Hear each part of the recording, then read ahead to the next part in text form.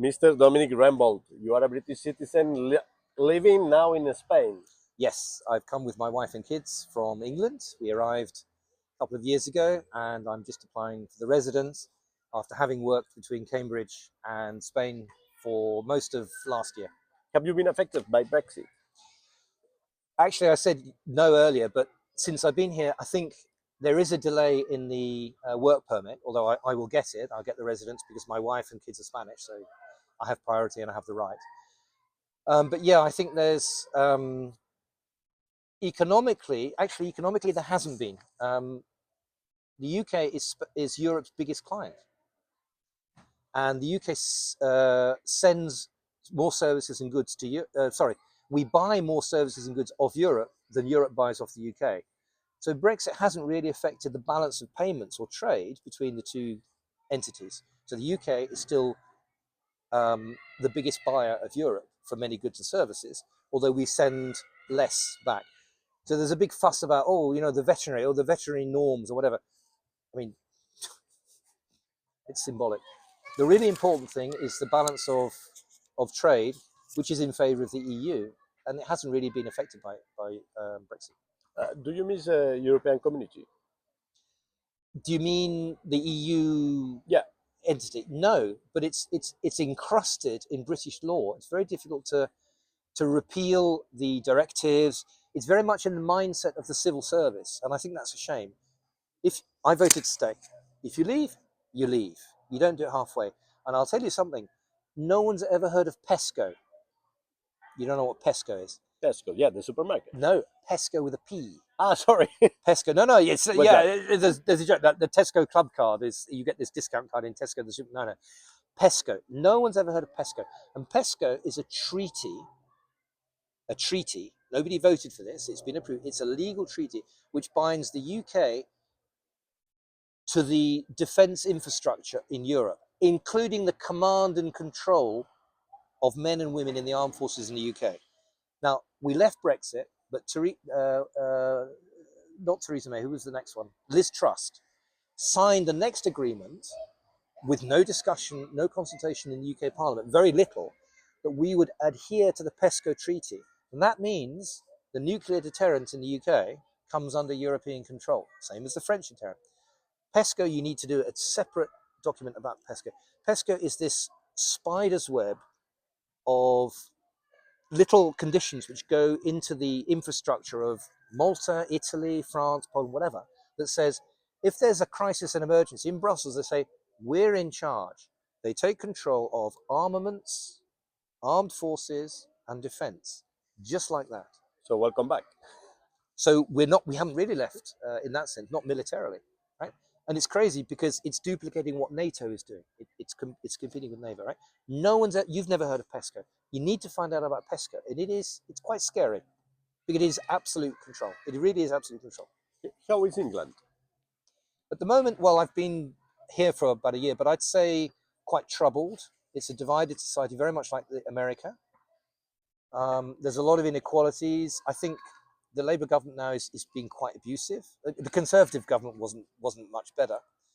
But I mentioned earlier that Keir Starmer wants to act like an administrator, like a technocrat. He's very insensitive to what the public have voted for. And it's extraordinary how insensitive. Well, he's already the most unpopular prime minister in history already. Already, yeah. The polls are quite good on this, but he's got 4 years of a mandate. Also, he's been involved in these incredible scandals, like these ridiculous amounts of money from Lord Ali. This is all public. I'm not conspiring. So Lord Ali gave 4 million. No, I'm sorry. Lord Ali gave him use of this luxury apartment. He's paid for clothes, glass. I mean, Keir Starmer he was very well off before he was prime minister, and he doesn't need to work. He can retire on a fabulous pension because he's the Fiscal General. He's the public prosecutor, but he still behaves like a public prosecutor. He's a very unpolitical politician, and people have just. He's laborist. I mean, yeah, he comes from the left. He's a weak autocrat. Right? He could have been conservative, actually.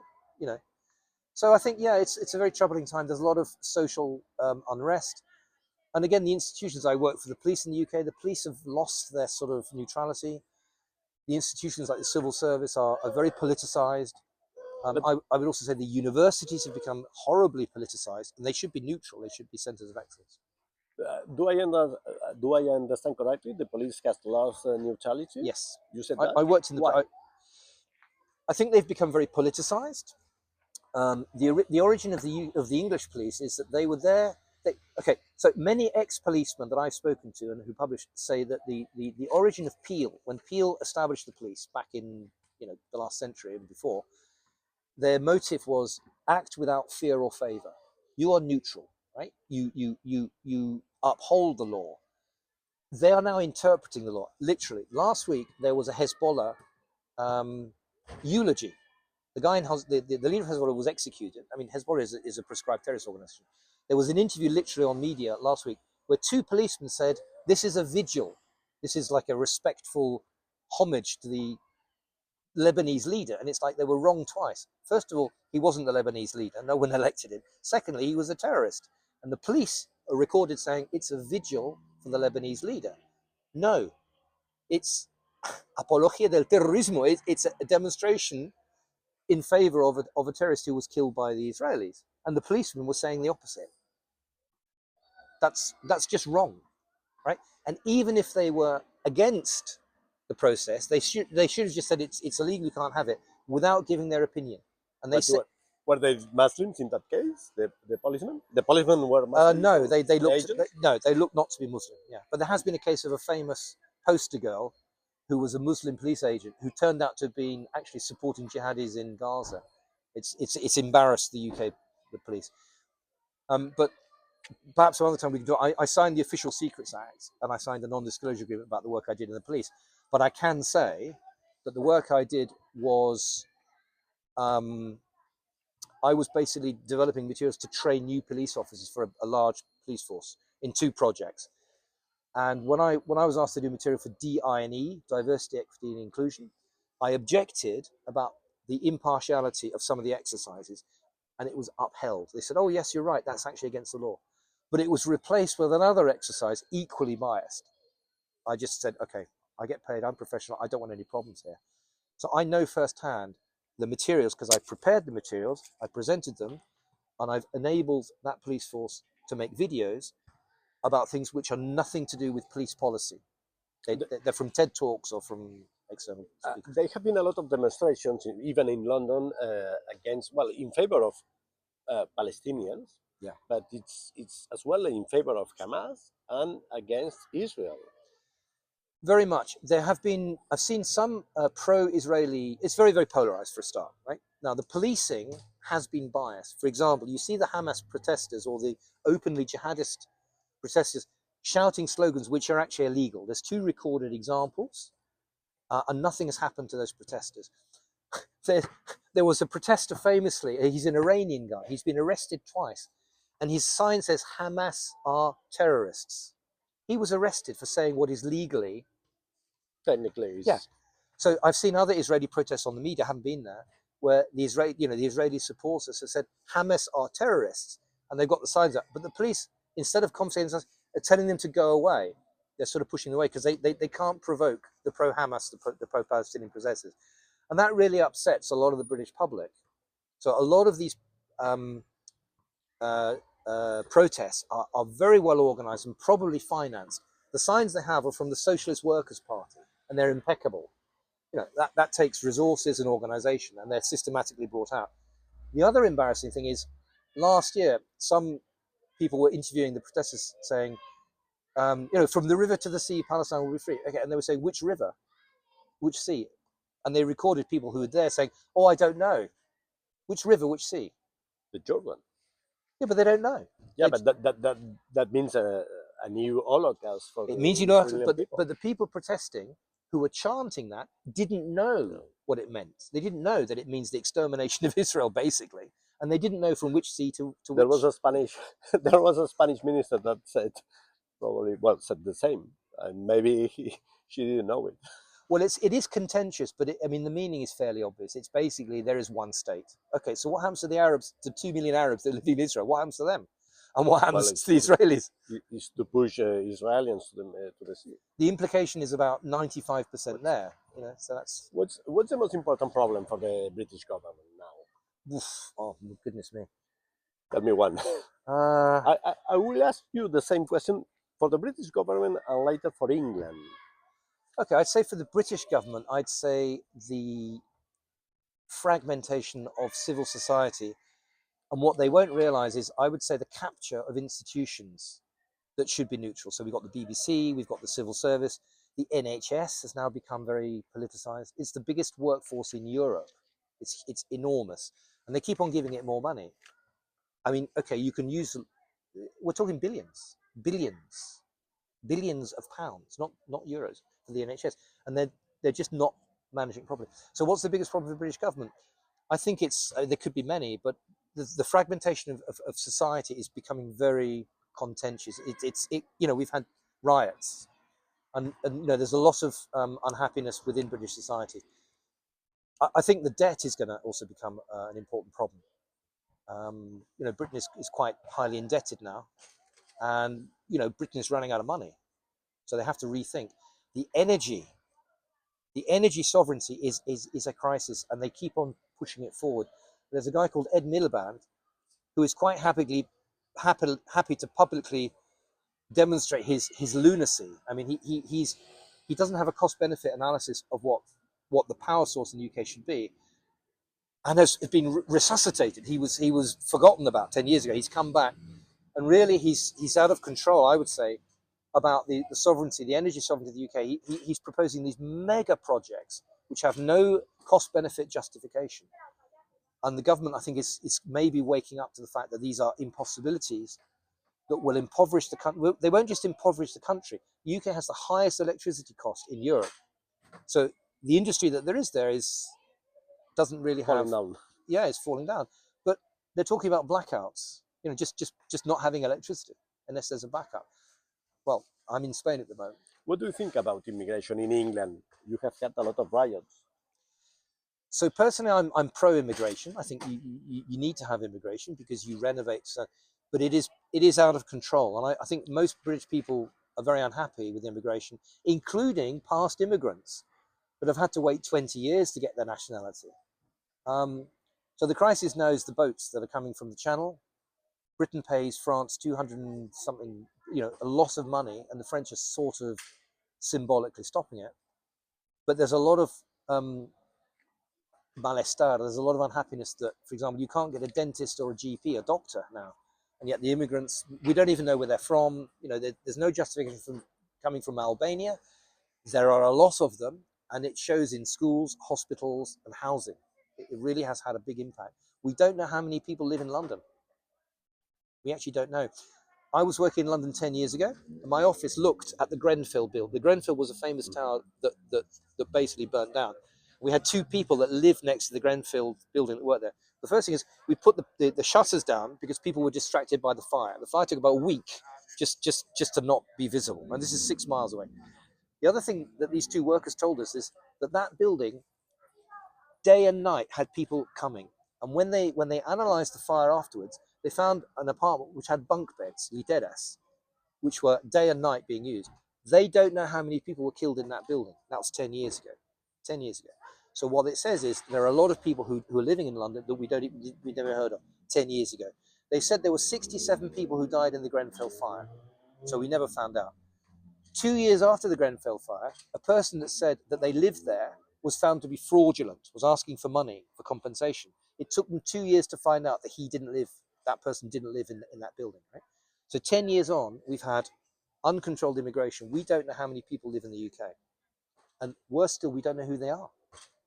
Now, there are consequences for that. That has a cost. What's the solution for immigration? Well, if you look what the Australians did, they basically just stopped the boats. Karma says we have to break the gangs. No, you have to go to the root cause. If the gangs realise that there's no money in immigration because you will be turned back, that will probably stop it, like the Australians did. And the other thing is you have to integrate them. They have to be integrated. We have societies in the UK which are more anti-homosexual, more basically jihadists than the grandparents were. And famously, there was a Labour MP, Anne Cryer, 15 years ago, who was ruined by her own party because she opposed endogamic marriage, first cousin marriages, which have genetic consequences. They're very sad. They have genetic defects. She opposed that. Also child marriage. And her own Labour Party, this is 10, 15 years ago, her own Labour Party vilified her as racist when she was simply saying, you can't marry your first cousin. You need to integrate in society. He has an interview as well. Sorry? He has an interview, this guy. Anne Cryer, I can send you an interview, yeah. But she's retired and she gave up. She was a Labour MP, she was a socialist, her father was a union leader, historic union leader, whatever. And her own party turned on her because it wasn't the correct discourse, even for the Labour Party, because it was deemed as being racist. So what's the issue for integration? I think if you look at the Australian model and say, you have to find an absolute way to stop people just crossing the border. Let's go back to borders. Germans are doing it. The Austrians are panicking because they don't want the German overflow. They're starting now. The French are doing it. The Italians have done it. And I think in Spain, you're getting I think it's going up because there's nowhere to go in Europe. This is the contrary. Yeah. So I think basically Europe is probably going to recover its borders, whereas England actually isn't. The other thing is the benefits. Sweden, Germany, England, typically they're places that attract people because the benefits are better than in their home countries. You can live better on benefits in England than you can in your home country. But the key thing is the integration, which is going to be really, really hard. Even with the amount of people we have in Germany, Sweden. In Belgium, they have a party called the Islam Party. And the Islam is an anagram, independence, I don't know what it is. And they are openly saying they want a caliphate in Belgium. And the democratic system allows them to say that. When they get a caliphate, what's going to happen to the other democratic parties? You tell me. Has multiculturalism failed? Yes, David Cameron said so. I mean, I'm just a humble guy. David Cameron said so, Nicolas Sarkozy said so, and Angela Merkel said so. So I think we need to reset. Let's try something else. Sunak was he had a very hard policy in immigration on immigration. For example, the ship that looks like a jail. What do you think about it? It was. Even for me, I mean, it's incredible. It wasn't a policy. It was a little plaster. It was virtue signaling. He knew even when he was speaking that it wasn't going to work. That wasn't the problem. It was just a quick fix. You have to go to the root cause.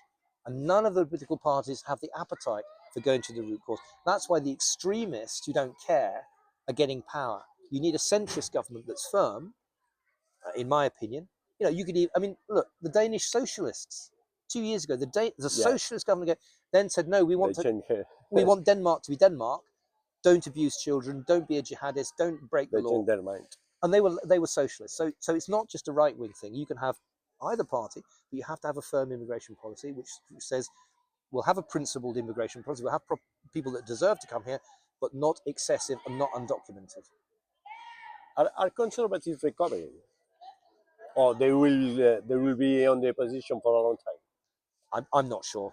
My stepfather was an arch conservative, and I don't recognise anything that he was talking about. I mean, we're talking about he worked with. He was actually very old, and he was indirectly involved with Winston Churchill before Winston Churchill died. So this is going back a long way. And he married my mother when he was quite old. I think of that guy as being a conservative. He was recognised to be Margaret Thatcher was recognised as a conservative. If you go back 20 years ago, I think the Conservatives stopped being whatever the Conservatives were before, and they just became. Tony Blair became Conservative, and then you had this uni party. Yeah, that's true. Yeah. You know, the Blob. You just had this amorphous. What are you, Labour? I mean, a light left. Tory Blair, he was called instead of Tony Blair. But yeah, no, I think it happened with Tony Blair, and Tony Blair actually said he wanted to rub immigration in the face of the British society and make British society pay. He actually said that. It's in one of his memoirs or whatever, along with whoever it was. So I think the real pivot moment came when Tony Blair was in power, and he said, I want to change British society. They're going to get immigration. They're going to get untold immigration. And unfortunately, I said before, every single parliamentary manifesto of the Conservative Labour Party saying, we will reduce immigration, had the opposite effect. Not once, multiple times. And I think the electorate now is saying, we've had enough. It's out of control. Who was intelligent, Tony Blair or Gordon Brown? They were both very smart. They were both very, very astute, very clever politicians. I mean, Tony Blair's a millionaire. Gordon Brown and Tony Blair didn't like each other, apparently. I know. But they were both pretty smart. Although Gordon Blair made probably more mistakes than, Gordon Brown made more mistakes than Tony Blair. But I think I was actually in Spain at that time. Do you trust Starmer? Which government? No, do you trust the, how do you pronounce it? The first prime minister now, Starmer? Starmer? No, not at all. No. And I don't think anybody should. But he's in power. He was elected in power, and that's democracy. I don't think his own party trusts him, actually. There's a lot of divisions now in the party, which happened with the Conservatives. I think the problem is we have a crisis of politicians. You know, politicians are now, they leave school and they only work in politics. You know, whereas 30 years ago you might have a teacher, a labor union leader, a businessman. You know, and now they're all politicians. They've always been a politician. They don't really know any other trade. Okay, Mr. Dominic Reimbold, a British citizen living in Spain. Let me ask you one last question. Could you work in Spain now? Well, I'm waiting for my work permit, but yes, I'll be working hybrid, so I can work in the UK or Spain when I get my permit. Okay, thank you very much. All right, been a pleasure. Thank you, Javier.